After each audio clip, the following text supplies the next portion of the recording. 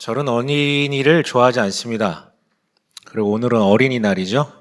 네, 사실입니다. 물론 그 어린이를 좋아하지 않았는데 A를 낳다 보니까 조금 생각이 달라지긴 하더라고요. 하지만 조금 달라졌고요. 본성은 어디 가지 않습니다. 여전히 어린이는 힘들고 저한테 좀 불편하고 어려워요. 좋아하지 않습니다. 그래서인지 이제 제 아내가 저에 대해서 웬만하면 이제 좋은 말들만 해주시는데 그럼에도 불구하고 좀 불만 하나 있는데 그게 바로 이제 우리 애들하고 시간을 보내는 거예요.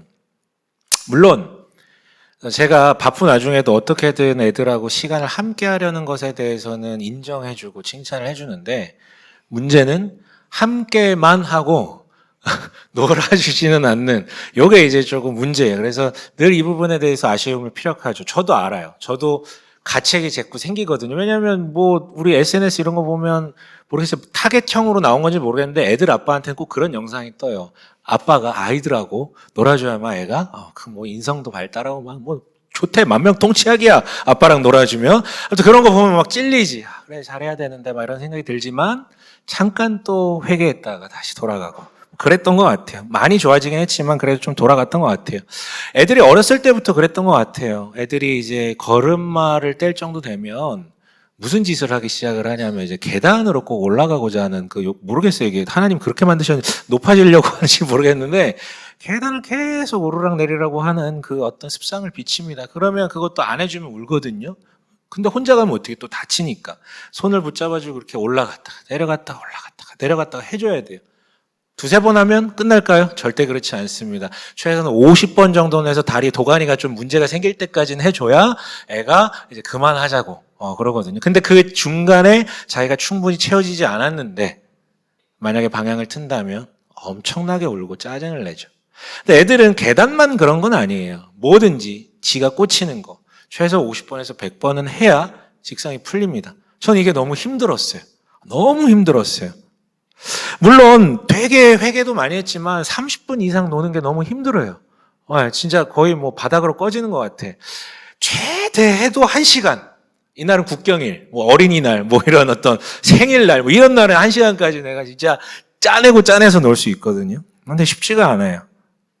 그런데 여러분 오늘이 어떤 날입니까? 어린이날이죠. 그래 주일이에요. 오늘은 피해갈 수가 없어요. 어린이 생각을 해야 돼요, 저는. 여러분한테 메시지를 전달해야 되기 때문에 진짜 거의 처음으로 어린이 주일 비슷한 설교를 해보는 것 같은데 현타가 왔죠. 그래 내가 어린이에 대해서 할 얘기가 있을까? 나는 어린이를 그렇게 좋아하지 않는데 근데 난 왜 어린이를 별로 안 좋아할까? 곰곰이 생각을 했어요. 곰곰이 생각을 하는데 문득 이런 생각이 들더라고요. 제가 사회정의 문제에 대해서 관심이 좀 있긴 한데 가장 분노하는 대상이 뭐냐면 학대받는 어린이에 대한 부분이에요. 학대받는 어린이에 대해서 분노하는 게 아니라 그 상황에 대해서 막 그것만 보면 피가 거꾸로 솟을 것 같거든. 그 생각이 들면서 내가 어린이를 안 좋아하는 건 아닐 수 있겠다라는 생각이 이르렀어요. 그럼 난 왜 어린이를 이렇게 불편해할까? 라고 되묻기 시작을 했죠. 나는 내 본성 때문에 내 성향 때문에 애들을 그렇게 안 좋아하는 건 줄 알았는데 그게 아니라 이건 성향의 문제가 아니라 태도의 문제구나. 뭐냐면 나는 애들한테 그 정도까지 맞춰주고 싶지 않아서 애들하고 놀려면 허리를 숙이고 눈을 맞추고 걔가 해달라는 대로 다 맞춰줘야 되는데 난 그 짓을 하기가 싫구나. 그래서 내가 이런 거구나. 내 교만해서 그런 거구나. 라는 생각을 하게 됐어요. 근데 조금 더 생각을 하다 보니까 어느 생각까지 이르렀냐면 그냥 교만해서 정도가 아니라 나는 그런 아이들하고 있다 보면 나도 모르게 내가 교만한 존재라는 게 까발려지는 듯한 그 느낌을 직면하기 싫어서 그래서 아이들하고 함께 있는 걸 싫어하나 보다라는 생각에까지 이르렀어요. 어떠세요? 이 자리에 저와 같은 고민이 있으신 분들도 있을 수 있어요. 아마 뭐 저만큼은 아닐 수 있겠지만 있을 수 있어요. 물론 저와 달리 어린이들을 좋아하는 분들도 꽤나 많을 거고요. 하지만 안타깝게도 그런 분들이라면 아이들을 너무 사랑하는 분들이라면 이미 사회 부적응 증상이 나타났었을 수도 있어요. 왜냐하면 우리 사회는요. 아이를 좋아하는 사람들 즉 자신을 낮춰서 눈을 맞추려고 하는 사람들이 제정신으로 살기에는 참 쉽지 않은 사회거든요. 딱 박살나기 좋은 세상이에요. 그게 여러분 무엇으로 증명되냐면 출산율 문제로 증명됩니다. 여러분 출산율 우리나라 최악인 거 아시죠? 작년 기준으로 0.73명이래요. 둘이 결혼해서 한 명 고사하고 반명은 날 수는 없겠지만 아무튼 그 정도라는 거예요. 이거 난리도 아니에요. 근데 여러분 저는 이게 바로 우리 사회가 어떤 방향으로 가고 있는지, 어떤 구조, 어떤 가치를 갖고 있는지에 대한 가장 정확한 바로미터라고 생각을 해요. 뭐냐면 모두가 높아지길 원하는 사회에서는요, 다들 낮아져야만 케어할 수 있는 아이들을 낳고 기를 수 없기 때문인 것이죠. 그래서 국가는요, 이 문제를 해결하기 위해서 전문가들이 모여서 문제 해결을 위해 주목합니다. 어떻게 해결하려고 합니까? 우선 돈이죠. 양육비가 많이 들어서 그렇다, 아니면 결혼하는데 주거비용이 많이 들어서 그렇다라며 이걸 해결해 주려고 해요. 한 방향으로는 시간이 문제다. 양육을 해줄 수 있는 그 시간을 보장받지 못하기 때문에 애를 못 낳는 것이다. 예, 다 일리 있는 말입니다. 하지만 본질적인 문제는 뭘까요? 본질적인 문제는 모두가 다 높아지려고만 하는 사회, 즉 높아져야만 한다라는 그 압박 때문이 아닐까. 그러니까 반대로 얘기하면 이런 거죠.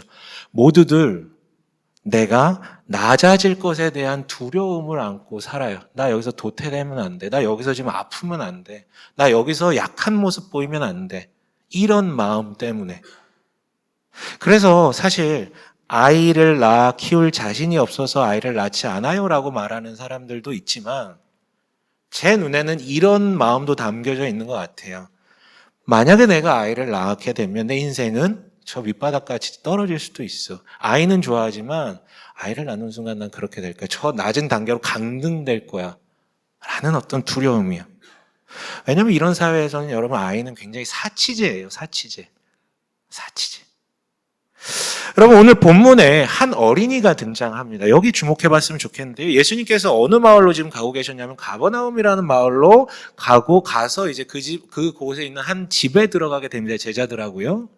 그리고 제자들을 이제 불러 모아가지고 물어보세요. 뭐라고 묻습니까? 야, 니네 이 가버나움으로 오는 길에 심하게 다투던데 왜 다투는 거야? 거기에 대해서 제자들이 어떻게 대응합니까? 뭐라고 합니까? 왜 다퉜냐라는 질문에 뭐라고 반응합니까? 34절에 뭐라고 되어 있어요? 잠잠했다. 대답하지 않고 잠잠했다. 직역하면 침묵했다라고 번역할 수 있거든요. 침묵했대요. 근데 우리는 그 이유를 알아. 왜냐하면 본문은 걔네들을 대신해서 대신 대답을 해주고 있거든요. 이유가 뭐였대요? 뭐라고 되어 있어요? 누가 가장 큰 사람이냐 하는 것으로 서로 다투었던 것이냐. 누가 크냐 논쟁을 벌여서 다퉜다라는 거예요. 근데 여러분 본문을 이해하기 위해서는 여기서부터 시작하는 게 좋을 것 같은데요. 뭐냐면 여러분한테 한번 물어볼게요. 자, 예수님 물어봤잖아요. 너 왜 싸웠니? 이에 대해서 제자들이 대답을 했습니까? 안 했습니까? 대답을 했습니까? 안 했습니까? 안 했죠. 하지만 저는 한 것으로 들려요. 왜냐하면 때때로 침묵도 어떤 질문에 대해서는 대답이 되기도 하거든요. 침묵 자체가 대답이 될 때가 있다고요. 그렇다면 이들은 왜 침묵했을까요? 계속해서 얘기할 건데요. 부끄러워서 그랬어요. 뭐가요? 아니 선생님 앞에서 싸운 초딩들처럼 싸우는 거는 나쁜 거니까 내가 싸워서 진짜 혼날 짓을 해. 이래서 지금 부끄러운 걸까요? 아니요. 그렇게 따지면 여러분 예수님은 진짜 맨날 부끄러우셔야죠. 왜냐면 맨날 바리새인들하고 파이팅 하셨는데 맨날 다퉜어요. 여러분. 쉬지도 않고 다투셨어요. 그분은. 다툰 것 자체가 문제가 아니에요. 왜 다퉜냐가 문제죠. 그리고 이들이 부끄러웠던 이유는 간단해요. 예수님은 늘 이들과 함께 다니시면서 보여주시고 들려주시고 하셨던 내용들이 있는데 정확하게 이들이 싸운 이유, 즉 누가 크냐 논쟁은 정확하게 예수께서 지금까지 그들에게 가르치시고 보여주셨던 것과 정반대의 이야기이기 때문에 그래서 부끄러운 거예요. 그래서 부끄러웠고 침묵함으로 대답을 하고 있습니다. 여러분 예수님께서요 12제자를 처음에 부르셨잖아요. 처음에는요 되게 말랑말랑한 가르침들로 채워집니다. 기적 보여주시고요. 하나님 너 사랑하셔. 심령이 가난한 자들을 하나님께서는 만나셔. 좋은 거 보여주고 좋은 거 먹이고 칭찬 하나님 살아계시고 사랑하신다. 이런 얘기만 해요. 그러다가 어느 날 예수님께서 문득 이런 이상한 질문 던져요. 사람들은 나를 누구라고 하느냐? 그랬더니 제자들이 대답하죠. 엘리야요. 막 이러면서 그런데 거기에 의해서 예수님께서 뭐라고 또 질문하십니까? 그러면 너희는 나를 누구라고 하느냐? 이때 제자 중에 대빵 베드로가 나서서 저요 하고 대답을 합니다. 주는 그리스도시요 살아계신 하나님의 아들이시나이다. 인류 최초의 전무후무한 정확한 고백이었어요. 정확한 고백이었죠.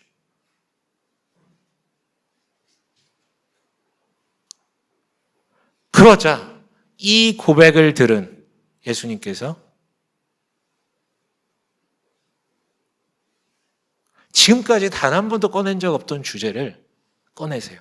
무슨 주제냐면 나는 순환당하고 죽임당할 것이다. 그리고 부활할 것이다. 처음으로 꺼내신 거예요. 그 고백 앞에. 자, 이 고백이 나왔어요. 그리고 예수님께서 나는 순환당하고 죽임당할 것이다 라고 얘기했어요. 그런데 이때 베드로가 분명히 그런 위대한 고백을 했던 베드로가 어떻게 반응하는 줄 아십니까? 8장 32절에 이렇게 되어 있어요. 8장 32절인데요. 자, 여기 안 나옵니다. 그 성경책 펴보세요. 8장 32절이요. 함께 읽어볼게요. 8장 32절입니다. 함께 읽습니다. 시작. 예수께서 드러내놓고 이 말씀을 하시니 베드로가 예수를 바싹 잡아당기고 그에게 항의하였다. 네, 베드로가 예수를 바싹 잡아당기고 터치하면 안 되는데 아무튼 터치를 했어요. 바싹 잡아당기고 항의했다라고 되어 있죠. 그러면 이때 베드로는 왜 항의했을까요? 예수님께. 너무 혼나고 싶어가지고. 그가 항의한 이유는 간단해요. 당신은 순환당하고 죽임당해서는 안 되는 존재입니다. 왜 그딴 재수없는 소리 하십니까? 그들은 예수가 순환당하거나 죽는 그런 자가 아니라 도리어 자기들을 순환당하게 만드는 로마인들을 죽여버리고 그 자리를 차지할 정복자, 왕으로 세워질 것에 대해서 어마어마하게 기대하고 있어요. 근데 왜 순환과 죽음 같은 말도 안 되는 꼬라지를 부르냐 이거죠. 지금 우리 앞에서 그딴 소리 집어치우라고요. 왜 해보지도 않고 죽는 소리 하냐 이겁니다. 아니, 당신은 분명히 왕이 될 것입니다. 여러분, 이 말이 의기소침한 예수님을 위하는 말 같죠? 전혀요. 그 이면에는 어떤 마음이 담겨져 있습니까? 당신이 왕이 되면 우리한테 떡고물이 떨어질 것이고 우리는 어마어마하게 높은 자리에 올라갈 것이 아닙니까? 그것을 품고 있는 것이죠. 근데 왜 재수없게 이런 소리 하냐 이거예요. 그 입 닫으라고. 자, 그렇게 일단락이 된 이후에 또 시간이 꽤나 흘렀어요. 그런데요, 순환과 죽음의 이야기를 예수님께서 두 번째로 또 얘기하시는 장면이 나옵니다. 그게 바로 우리가 읽었던 본문에 담겨져 있는 거예요. 가버나움에 들어오기 전에 길가에서 있었던 이야기. 사람들이 듣지 않는 곳에서 왜냐하면 사람들이 들어서는 안 되는 메시지야, 아직. 그건 너무 무거운 메시지이기 때문에, 인제 예수를 따라다니는 애들에게, 너 순환당한다, 죽는다, 이런 얘기 할 수 없으니까 하지만, 예수의 정체를 정확하게 알고 있는 이 12제자에게는 정확하게 다시 한번, 왜냐면 이게 본질이기 때문에 얘기하십니다. 나는 순환당하고 죽을 것이다. 그런데 이번에 제자들이 어떻게 반응하나요? 32절에 보면 이렇게 되어 있습니다. 깨닫지 못하고라고 되어 있어요. 깨닫지 못해요. 여전히 그들은 예수의 의도를 모르겠다라는 것이죠. 그런데 재밌는 것은요, 처음 이 얘기를 하셨을 때는 베드로가 항의하며 막 막아섰잖아요. 근데 이번에는 뭔가 좀 달라요. 뭐라고 되어 있습니까? 32절에요. 달라진 게 있는데 뭐라고 되어 있습니까? 묻기조차 두려워하였다라고 되어 있습니다. 이상하죠? 안 물어볼 수는 있는데 왜 묻는 것을 두려워할까요? 괜히 이렇게 들이댔다가 베드로 개박살 난 것처럼 개박살 날까봐 두려워가지고 그런 걸까요? 전혀. 이것은요, 여러분, 앞서 그들이 부끄러워했다라고 제가 말씀드린 그 이유와 정확하게 일치합니다. 뭐냐면, 지금까지 이들은 예수께서 무엇을 주로 말하고 오셨는지, 그리고 무슨 삶을 사셨는지 다 보고 들었어요.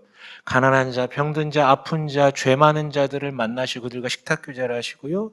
낮아질 것에 대해서 얘기하신 얘기를 계속 들어왔다고요. 거의 벌써 3년째 되는 시점이거든요. 주구장창 그 얘기를 들어왔는데 갑자기 옛날에 그 트라우마가 일어나듯 갑자기 또 대놓고 순환과 죽음 얘기를 하니까 무서운 거지. 진짜 그러실 것 같거든. 이젠 진짜 그러실 것 같거든. 나는 지금까지 저분이 왕위에 오르면 떡고물 얻는 거 그거 보고 왔는데 지금 또 순환과 죽음 얘기하는 거 보니까 진짜 그러실 것 같고, 내가 그동안 기대했던 모든 게 무너질 것에 대한 두려움, 그래서 입 밖으로 꺼낼 수가 없는 거예요. 확인받는 순간 난 무너질 것 같으니까 난 평생을 그걸 위해서 노력하면서 살아가 3년 동안 진짜 미치도록 예수를 따라왔는데 그거 무너지는 거 싫거든요. 기대가 무너지는 것만큼 인간이 무너지는 게 없습니다. 그렇잖아요. 뭐 어떤 뭐 소설이 아니라 뭐 그 보고서들 보면은 어디 그 유배 당해가지고 끌려갔던 일본군에 끌려갔던 그 포로들 살 수 있을 줄 알았는데 살 수 없다라는 걸 듣는 순간 죽었다 그러더라고요. 근데 여러분, 이들이 느꼈던 두려움이라는 감정과 이들이 서로 다퉜던 그 다툼이라는 행위 서로 다른 것 같죠? 하지만 여러분 본질은 같습니다. 왜 두려웠고 왜 다퉜을까요? 이유는 하나예요. 높아지고자 하는 욕망이 있었는데 이게 무너질 것에 대한 두려움에 압도당했던 거고요. 높아지려는 욕망이 있는데 제가 나보다 높아지면 나는 낮아질 수밖에 없을 것 같다라는 의미에서 쟤와 다투는 거죠. 결론은 하나예요. 조금 어려운 말로 상향성의 욕망 때문에, 높아지고자 하는 욕망 때문에 두려웠고 높아지고자 하는 욕망 때문에 다퉜던 것이죠. 근데 여러분, 이게 이 12제자만의 이야기입니까? 아니요, 이 12제자는 다 우리 이야기예요. 이거 우리 이야기입니다. 여러분, 이 상향성의 욕망이 이런 거죠. 혹시 올라가지 못하면 어떡하지? 라는 생각에 함몰되기 시작하면 우린 끊임없이 두렵습니다. 직장 생활 하시는 분들, 내가 더 승진하지 못하면 어떡하지? 내가 이 과업 성공하지 못하면 어떡하지? 뭐 이런 것들. 내가 이번에 좋은 점수 얻지 못하면 어떡하지? 이번에 거기 들어가지 못하면 어떡하지? 그래서 여러분, 딱히 지금 상황이 너무 좋아, 괜찮아, 밥 잘 먹고 몸 건강하고 누구랑 다투는 것도 없고 그냥 돈도 벌고 있고 딱히 문제가 없어도 우리는 늘 그 높아지려는 욕망이 충족되지 않는 이상 계속 두려워요. 계속 두려워요. 시키지 않아도. 심지어 어떤 이들은 신체 증상으로 드러나죠. 두통을 달고 살고요. 더 나아가서 공황장애 같은 게 찾아오기도 합니다. 이유 모를 두려움 때문에 심장이 계속 뛰면서. 그리고 여러분, 상향성의 욕망은 다툼을 안기죠. 저 사람이 올라가는 거는 내가 내려가는 것을 뜻하니까. 이걸 두고 볼 수가 없어요. 여러분, 꼭 멱살을 잡고 언성을 높여야만 다툼인가요? 여러분, 제가 이렇게 생겼어도 생전 다투지 않습니다. 저는 다투지 않아요. 화평과 온유의 사람이에요. 제 얼굴 보세요. 어린아이 같죠? 네, 죄송합니다. 네, 다투지 않아요. 근데 멱살만 안 잡는다고, 드잡이만 안 한다고 안 다투는 겁니까? 이 안에 저 사람을 상정하고 늘 불편해하고 괴로워하고 저 새끼는 왜 이렇게 잘 되는 거야? 뭐 이런 어떤 생각도 시기하고 실투하고 다 다투는 거죠. 여러분, 우리 안에 있는 그 상향성의 욕망은 크기가 다를 뿐이지 다 있고요. 그리고 내가 사는 사회는 그걸 계속 강요해요. 너 높아지지 않으면 도태돼. 너 죽어. 너 굶어 죽어. 너 무기력, 너 무능력해. 계속해서. 그래서 여러분, 우리는요, 자주 두렵고, 자주 다툽니다. 그런데 여러분, 예수님께서는요, 그들이 왜 다퉜는지 몰라서 물어본 것입니까? 너희가 왜 다퉜냐고 몰라서 물어본 거야? 아니, 다 알고 물어보신 거야. 너무하셔. 맨날 다 알고 물어보셔. 왜 다퉜냐고. 누가 크냐라는 주제 때문에 다툰 것도 알고요. 그 이면에 담긴 상향성의 욕망도 너무 정확하게 아세요. 그래서 침묵으로 대답하는 그들에게 이렇게 말씀하시죠. 너무 유명한 구절인데 35절 함께 읽어보도록 할게요. 9장 35절이요. 9장 35절 함께 읽겠습니다. 시작.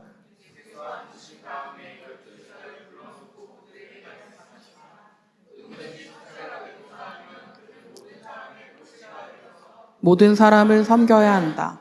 네. 그럼 이 말씀을 좀 풀어 설명해 보죠. 그렇게 상향성의 욕망에 잠식당할 때 너에게 찾아오는 것은 무엇이니? 진짜 높아지든 첫째가 되든 아니 그걸 얻지 못할까 봐 그게 없어서 오는 두려움에 오히려 짓이겨지지 않니? 그리고 나보다 높아질 것에 대한 그런 사람이 눈에 보이면 그 사람과 다투고 싶지 않니? 아니 어쩌면 너희가 진짜 첫째가 되고자 하는 이유는 이 지긋지긋한 다툼으로부터 벗어나고 이 지긋지긋한 두려움으로부터 벗어나고 싶어서 그냥 1등을 찍고 싶은 거 아니야? 근데 1등 되면 그게 없어질까? 말도 안 되는 소리. 말도 안 되는 소리. 또 다른 두려움과 또 다른 다툼이 너에게 찾아올 것이지. 만약에 정말로 그 두려움과 다툼으로부터 벗어나고 싶거들랑 상향성의 욕망이 아니라 낮아지라는 거예요. 하향성의 삶을 살라고요. 그러면 첫째가 된다고요. 근데 여러분에게 진지하게 여쭤볼게요. 진지하게 물어볼게요. 자기한테 진지하게 물어보세요. 낮아지라는 이 예수님의 말이, 꼴찌가 돼야 1등이 된다는 이 말이 진지하게 진심으로 잘 와닿으세요, 마음에? 여러분 이렇게 막 살고 싶으세요? 예수님이 말씀하셨으니까 나 이렇게 살아야지라는 결단이 막 쉽게 되십니까? 그러면 이상한 사람들이죠. 그럼 이상한 사람들이죠. 저는 이 말이 너무 싫어요. 무서워요. 무서워요. 그런 삶을 상상하기도 어렵고, 어떻게 하는 건지도 모르겠고, 그렇게 뛰어드는 것 자체가 더 두려움이에요, 저한테는. 전 진짜 그래요. 저같이 상향성의 욕망이 많은 사람만이 아니라 특별히 그런 욕구가 크지 않은 사람일지라도 우리 사회를 살다 보면 여러분 이 말은 되게 두려운 말이에요. 되게 부담스러운 말이에요. 이딴 얘기 안 하셨으면 좋겠어요. 왜냐면 우리는 나도 모르게 낮아짐에 대한 공포가 있는 사람들이거든요. 여러분 이해도 안 되고 받아들이기도 쉽지 않고 두려워요. 오히려 이 말은. 사실 예수님께서 이딴 소리 안 하셨으면 좋겠어요. 베드로처럼 맞고 싶어요. 하지 말라고 그딴 소리. 그냥 예수 따르면 왕 된다는 얘기만 해주셨으면 좋겠어요. 그런데요, 여러분에게 물어보고 싶습니다. 여러분 어떻게 사시는지 잘 모르겠지만 그런 상향성의 욕망을 가지고 사셔서 낮아짐 없이 상향성의 욕망을 갖고 사셔서 정말로 두렵지 않으십니까? 괜찮으세요? 더 이상 안 다투세요? 자유하세요? 그렇다면 여러분 예수님의 이 대답에 귀 기울여 보셨으면 좋겠어요. 그분은요, 구체적으로 꼴찌가 되는 법이란 이런 것이다. 이렇게 되어야 너희가 자유해진다라는 부분에 대해서 예시를 정확하게 들어주시거든요. 그게 뭐냐면 그 집에 있던 어린이 한 명을 이렇게 데려옵니다. 정확하게 나이는 어느 정도인지는 잘 모르겠어요. 근데 중요하지 않습니다. 지금도 비슷한데요. 유대인들은 그 당시에는 더 그랬는데 13세 미만의 친구들에게는 그게 성별도 중요하지 않고요. 그냥 인간이 아니었어요. 존재가 아니었다고요. 그런 아이를 데려오셔서 어디에 세우세요? 제자들 가운데 세우세요. 이것도 되게 해괴망측한 일이거든요. 이 성인 제자들, 심지어 랍비라고 불 사람들이 존경하는 예수의 그 그룹, 그 제자들의 그룹 사이에 서 있는 것 자체가 좀 해괴망측한 짓이에요. 근데 여러분 뒤에 벌어질 일에 비하면 이거는 여러분 너무 약갑니다. 무슨 짓을 하시냐면 예수님께서요, 그 아이를 가운데 세우시고 껴안으세요. 우리 시대의 아이를 껴안는 것은 그렇게 이상한 일은 아니지만 그 당시에 랍비라 불리는 성인 남성이 아이를 껴안는, 그것도 자기 애가 아니라 남의 아이를 껴안는 것은 너무 이상하고 해괴망측하고 상상하기 힘든 일이에요. 근데 이것도 약과예요. 여러분 보십시오. 떠올려보세요. 예수님께서 아이를 껴안는 모습을 떠올려보세요. 어떻게 안으십니까? 이렇게 안으세요. 이렇게 안으세요. 아이를 안으려면 어떻게 하셔야 돼요? 무릎을 꿇어야죠. 그 아이 앞에 무릎을 꿇어야죠. 무릎을 꿇고 눈높이가 맞아야 저게 할 수 있는 자세가 껴안는 자세입니다. 그것을 보고 있는 제자들은 황당하기도 하고 해괴망측하기도 하고 도대체 이걸 뭐라고 해야 되는 거야? 라고 충격을 먹은 상태였어요. 그런데 이게 바로 꼴찌가 되는 법, 그리고 1등이 되는 법, 꼴찌가 돼서 1등이 되는 법에 대한 예수님의 저자, 직강이자 행동 메시지였죠. 그리고 나서 말로 가르쳐 주시는데 37절 한번 읽어볼까요? 37절 한번 읽어보겠습니다. 함께 읽겠습니다. 시작. 누구든지 내 이름으로 이런 어린이들 가운데 하나를 영접하면 그는 나를 영접하는 것이요. 누구든지 나를 영접하는 사람은 나를 영접하는 것보다 나를 보내신 분을 영접하는 것이다. 네. 여러분, 이거 무슨 뜻입니까? 이거 약간 좀 어려운 말인데요. 지금까지의 맥락을 복귀해 보십시오. 예수님은 처음 가르치실 때부터 높아지라는 말 하신 적이 없어요. 낮아질 것에 대해서 계속해서 얘기해 오셨잖아요. 근데 제자들은 지금까지 어떻게 반응했습니까? 그것을 귓등으로 듣지 않고 높아질 것만 기대하면서 예수님을 따라왔단 말이에요.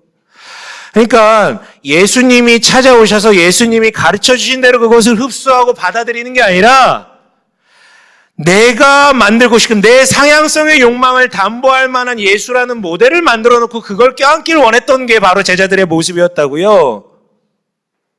그러나 만약 지금 예수님께서 보여주셨듯이 아이를 우리들 가운데 두고 그 앞에 꿇어 앉아서 껴안아 줄 정도의 사람이라면, 즉 아무 가치도 없고 쓸모도 없고 오히려 내가 다 맞춰줘야 되고 다 낮아져야 되는 그런 방식으로 살 수 있는 사람이라면 그는 자신 안에 있는 상향성의 욕망에 더 이상 갇혀있지 않기 때문에 그 사람은 정말 자유하게 되면 그 사람이 1등이 되는 것이죠.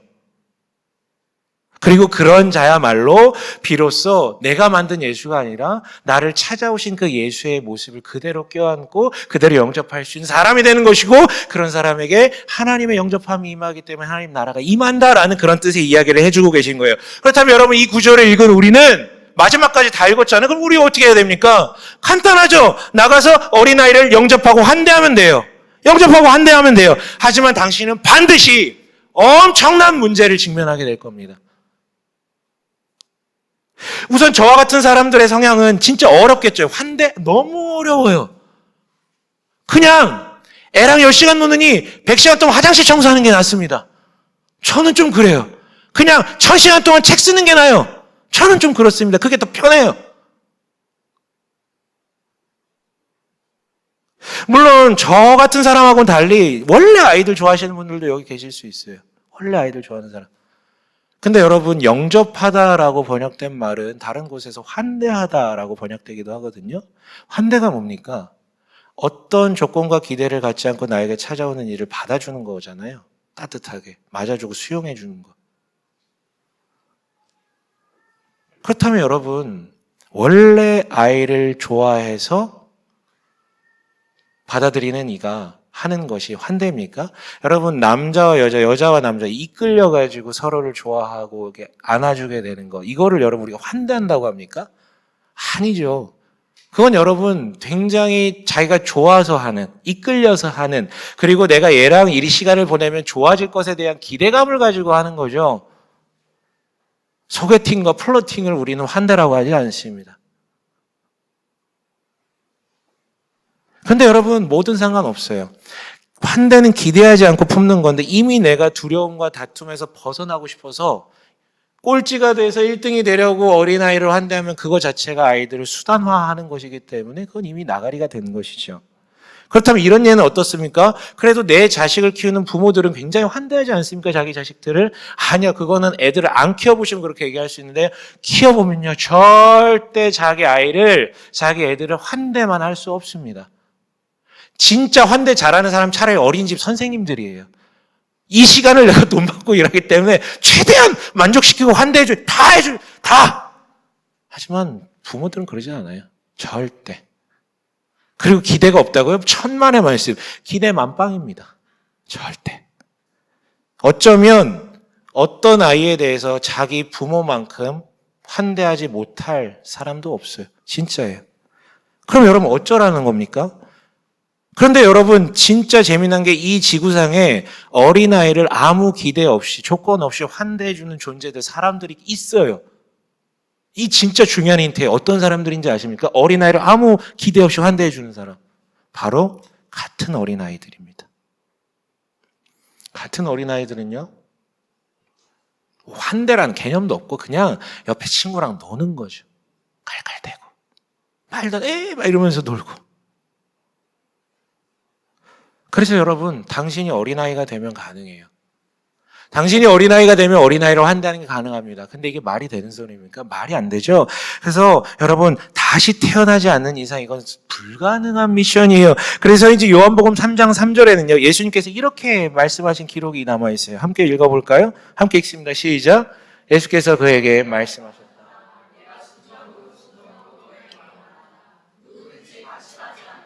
하나님 나라를 볼 수 없다. 누구든지 다시 나지 않으면 하나님 나라를 볼 수 없다.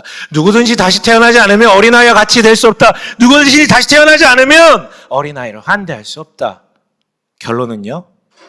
그렇다면 우리는 그 이 상향성의 욕망에 짓눌려서 그 두려움과 다툼의 자리를 회피할 수 없나요? 그 찾아오는 지옥을 마주할 수밖에 없는 건가요? 네, 정확해요. 우리는 피할 수 없어요. 절망적입니다. 분명히 창세기는 이렇게 얘기를 하죠. 본래 인간 하나님의 형상으로서 이 세상 모든 만물 중에 가장 높임을 받은 자리로 지음 받았다고요. 그래서 가장 높은 곳에서 그보다 유일하게 높으신 하나님과의 관계 속에서 평생을 영원히 샬롬을 누렸다고요. 그런데 어떤 일이 발생합니까? 인간에 있어서 들어서는 안 되는 마음, 더 높아지고 싶다. 하나님과 같이 되고 싶다. 그 마음이 선악과를 따먹게 만들었고 그로 인해 어떤 일이 발생합니까? 어떤 일이 발생하네요. 두려움이 찾아오죠. 왜요? 하나님이 먼저 찾아오셨거든요. 하나님이 찾아오셨는데 왜 두렵습니까? 두려웠어요. 하나님이 찾아가신 것은 이놈 새끼들 죽어라! 이거 하려고 찾아가신 게 아니라 용서하려고 찾아가셨던 거예요. 근데 도피하죠. 두려우니까. 뭔 소리를 들을까 봐 싫어서. 마치 예수님의 제자들처럼 두려워서 숨어요. 말하지 않아요. 그런데 하나님께서 끄집어내시고 그들의 잘못에 대해서 확인하시죠. 그리고 나서 뭔 짓을 합니까? 인정하면 되는데 무슨 짓을 합니까? 다퉈요. 둘이 다퉈요. 아니 이미 다 까발려졌는데 뭘 또 다퉈요. 왜 다퉈요? 나는 그래도 너보다 나아. 네 때문에 내가 이렇게 된 거야. 다퉈요. 여러분, 이게 인간입니다. 상향성의 욕망은 우리가 제어할 수 없어요. 난 없다고요? 난 그렇게 야망이 없다고요? 멍멍이 소리일 수 있어요, 그거는. 없는 사람은 없어요. 진짜 없으면 태어나서 단 한 번도 다퉈본 적이 없다. 그러면 오케이, 내가 인정해 줄 수 있어요. 태어나서 단 한 번도 두려움을 가져본 적이 없다. 그럼 내가 인정해 줄 수 있어요. 아니요. 우리는 그것을 벗어날 수가 없고요. 제어할 수도 없습니다. 이건 본성의 문제이고 성경은 이걸 가르쳐서 죄라고 얘기를 하죠. 그리고 죄의 삭은 사망이기 때문에 그 사망의 열매들이 바로 두려움과 다툼으로 드러나는 것이죠. 그렇다면 어쩌라는 것입니까? 이 약속을 어떻게 끊어내라는 것입니까? 이게 우리가 할 수 있는 것입니까? 할 수 있는 유일한 방법이 우리한테 주어졌어요. 뭐냐면 바로 이 말씀을 하고 계신, 즉 어린아이 눈높이까지 낮아져서 그를 껴안고 계신 예수님을 주목해 보십시오. 여러분, 무릎 꿇어 앉아서 그 아이를 품는 이 예수, 그분은 누구십니까? 바로 하나님이, 신이신 하나님이 우리를 껴안기 위해서 이 땅에 오신 분 아니십니까? 심지어 그분은요, 말 그대로 어린아이로 오셨죠. 성인으로 오신 게 아니라, 사람들에게 존대받을 수 있는 성인으로 오신 게 아니라 어린아이로 어린아이도 아니고 마리아 뱃속에서 10달을 세포로 무럭무럭 자라시는 그 가장 근원까지 다시 태어남의 자리까지 가셨단 말이에요. 무엇을 위해서요? 우리를 위해서요. 우리는 상향성의 욕망을 절대 컨트롤할 수 없어요. 벗어날 수 없어요. 낮아져야 된다는데 우리는 결단코 낮아질 수 없기 때문에 우리의 낮아짐을 대신 짊어지기 위해서, 그래서 다시 태어나셨고, 그래서 어린아이로 오셨고, 그래서 십자가까지 짊어지신 것이죠. 대신 낮아지시기 위해서요. 방법을 강구해 주시기 위해서요. 그렇다면 여러분, 나를 대신하여 저 밑바닥까지 가신 예수를 우리가 영접하고 환대할 때 우리는 높아지게 됩니다. 우리에겐 가능성이 생깁니다. 그래서 요한복음 3장 16절에 뭐라고 되어 있습니까? 예수님께서 되게 이상한 말 하셨잖아요. 다시 태어나지 않는 이상 하나님 나라 가는 거 불가능하다고. 근데 바로 그 뒤에 3장 16절에 뭐라고 하십니까? 너무 익숙한 구절이잖아요. 뭐라고 되어 있어요? 함께 읽어볼까요? 하나님께서 세상을 이처럼 사랑하사 아들을 주셨으니 이는 그를 믿는 사람마다 멸망하지 않고 영생을 얻게 하려 하시니라. 네. 다시 태어나지 않으면 안 된다고 했는데 다시 태어날 수 있는 방법을 우리한테 주셨던 것이죠. 이게 바로 상향성의 욕망에 매몰되어 두려워하거나 서로 다투는데 이골이 난, 하지만 어린아이처럼 낮아질 수도 환대할 수도 없기 때문에 영원히 이 지옥 같은 곳에서 반복돼야 되는 우리를 향한 하나님의 유일한 답입니다. 예수요. 그렇다면 여러분, 우리는 뭐 하면 됩니까? 그 예수를 영접하는 게, 어린아이를 영접하는 거, 그 예수를 영접하는 게 하나님을 영접하는 것입니다. 그런데 그 예수는요, 먼저 찾아오셔서 우리한테 물으세요. 뭐라고요? 너 왜 다투니? 너 왜 두려워하니? 예수를 영접하는 건 우리가 예수를 찾아가는 게 아니에요. 여러분, 어떻게 우리가 예수를 찾아갑니까? 그분이 우리에게 늘상 찾아오세요. 이 시간에도 메시지를 들으면서 찾아오셔서 물으실 거예요. 너 왜 두려워하고 있니? 너 왜 그 사람하고 다투니? 내일도 물어보시겠죠. 너 왜 너랑 다투니? 너 왜 그 사람하고, 그 직장에 있는 그 사람하고 왜 다투고 있니? 너 도대체 뭐가 두려워서 동굴 속으로 들어가고 있니? 이 시간에도 물어보실 거고 내일도 물어보실 거예요. 여러분, 예수님을 영접하고 환대하는 거 뭐 대단한 데 가가지고 영광 돌리는 게 환대하는 게 아니고요. 그분이 우리한테 늘 찾아오세요. 물어보세요. 왜 다투냐고, 왜 두렵냐고. 그때 뭐라고 대답하실 것입니까? 베드로처럼 항의하실 것입니까? 안 돼요, 그래서는. 아니면 지금 12제자들처럼 침묵하실 것입니까? 우리가 영접을 하는 방식은 단 하나예요. 대답하는 거. 예, 주님, 내가 실은 더 높아지고 싶어서 그랬어요. 내가 실은 이번엔 꼭 성공하고 싶어서 그랬어요. 내가 실은 이번에는 꼭 완수하고 싶어서 그랬어요. 근데 그게 안 될까봐 두려웠어요. 그게 안 될 것 같아서, 근데 제가 치고 나가는 것 같아서 너무 미워가지고 싸웠어요.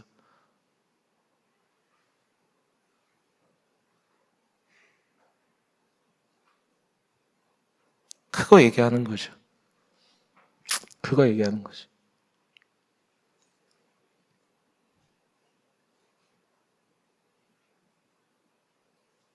부부간에 왜 싸웁니까? 동일하잖아요. 사랑하기 위해서 만든 부부들도 뭐 성격이 달라서요? 성향이 달라서요? 자라난 경험이 달라서요? 맞는 말일 수 있어요. 뭐 둘 중에 나쁜 짓을 해서 싸울 수도 있죠. 그런데 그런 거 말고 성격이 달라서, 성향이 달라서, 경험이 달라서, 그럼 당연히 다르지. 어떻게 똑같아? 나랑 똑같은 놈이 어디 있어요? MBTI 똑같으면 똑같은가? 전혀요. 달라요. 더 들어가면 결국 내가 이기고 싶으니, 내가 높아지고 싶으니까.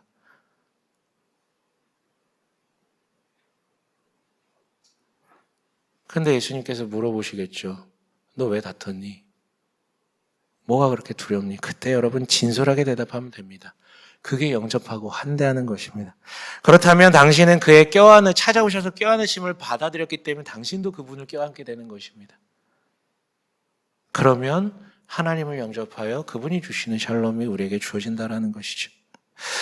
다만 여러분, 말씀을 정리하면서 하나 기억하셨으면 좋겠어요. 예수께서 내 이름으로 이런 어린이들 가운데 하나를 영접하면 나를 영접하는 것이다 라고 하면서 블라블라블라 얘기하셨죠. 이게 숨은 의미도 있겠지만 아니 너무 또 복잡하게 생각하실 필요 없어요. 얘기하셨잖아요. 그러면 여러분, 우리는 실제로 예수님만 환대하는 게 아니라 어린이들을 환대하셔야 합니다. 환대해야 됩니다. 특별히 저같이 애들 별로 안 좋아하는 사람이라면 더더욱 찾아가서 한번 환대해 보십시오. 진짜 한번 환대해 보십시오.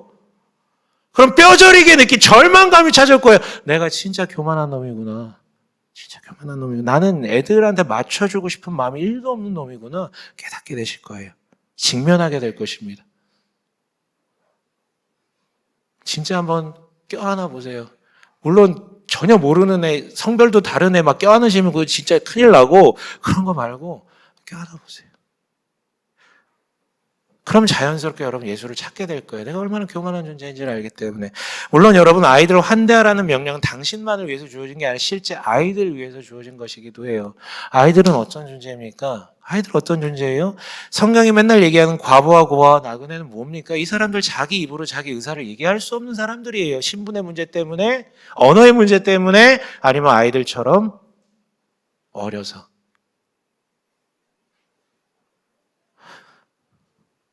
특히 아이들은 언제나 그 사회의 가장 밑바닥층에 있었던 존재들입니다. 모든 것이 미약한 존재니까요. 여러분, 그 아이들을 부디 꼭 한 번이라도 몸을 낮춰서 껴안아 주시고 안아주셨으면 좋겠어요. 그래서 부디 당신을 통해서 당신의 하나님 아버지의 사랑이 너희들에게 주어질 수 있다는 것을 그들로 하여금 느껴지게 하셨으면 좋겠어요. 진짜요. 여러분, 사람 살리는 겁니다. 세상 살리는 겁니다, 그게. 말씀을 마칠게요. 헬린 아우엔이라는 작가가 세상의 길, 그리스도의 길에서 이렇게 말했습니다. 뭐라고요? 함께 읽어볼까요?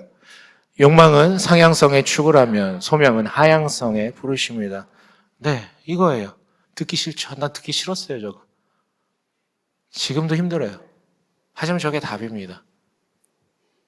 여러분, 만약에 우리가 이처럼 주님께 받은 소명대로 하향성의 삶을 살아간다면 어떤 일이 발생할까요? 우선 나에게 달라짐이 있겠죠. 물론 처음엔 삐걱대겠지만 두려움과 다툼으로부터 서서히 좀 자유로워질 것이에요. 그리고 당신은 더 이상 다른 사람처럼 되고 싶지 않아. 이제는 당신다운 사람이 되겠죠. 누가 다툴 이유가 없어요. 제가 나보다 잘 두려울 필요도 없어요. 세상이 강조하는 기준 때문에 내가 거기에 못 맞춘다고 내 피라미드 바닥까지 내려가는 거 아니야? 라는 두려움에 젖을 필요도 없어요. 달라지겠죠. 나아가 이 자리에 있는 우리 모두가 다 하향적 삶을 살아가는 그런 공동체를 만들어 간다면 어떤 일이 발생할까요? 우선 어떤 일이 발생합니까? 이 자리에 있는 모든 이들의 회복이 일어나겠죠. 세상에서 상처받고 힘든 자들, 특히 그 피라미드의 구조 속에서 자기가 낮아질 대로 낮아졌다라고 자기 자신을 미워하는 그 사람들이 이 자리에 찾아와 회복하겠죠. 여기서 끝일까요? 여러분, 직접 우리가 진짜로 어린아이 같은 사람 혹은 어린아이와 같은 취급을 받는, 즉 가장 불필요하고 쓸모없는 존재같이 부름받는 그 사람들을 우리가 어린아이처럼 섬기게 된다면 뭐라도 이 동네는 조금씩 달라지겠죠. 살만하구나. 아직도 저렇게 낮아짐의 사람들이 있구나. 우리의 영향력이 닿는 그 동네, 그 지역, 그 사회는 조금이라도 바뀔 것입니다. 세상은 못 바꿔도 여긴 바뀌게 될 거예요. 오늘 이 자리에 오신 분들 부디 예수님을 영접하십시오. 한 번 영접하는 게 아니라 계속 환대하십시오. 이 시간에도 물어보실 수 있어요. 여러분 주중에 있었던 그 다툼의 이야기, 두려움에 잠식됐던 이야기, 그게 내 머릿속에 떠오르는 그게 예수님이 당신에게 지금 질문하시는 겁니다. 왜 다퉜니? 왜 두렵니? 부디 그분을 영접함으로 그분이 껴안으시는 역사가 날 것이 되어 두려움과 다툼으로부터 해소되는 우리 되시길 주님의 이름으로 간절히 축원합니다. 아멘.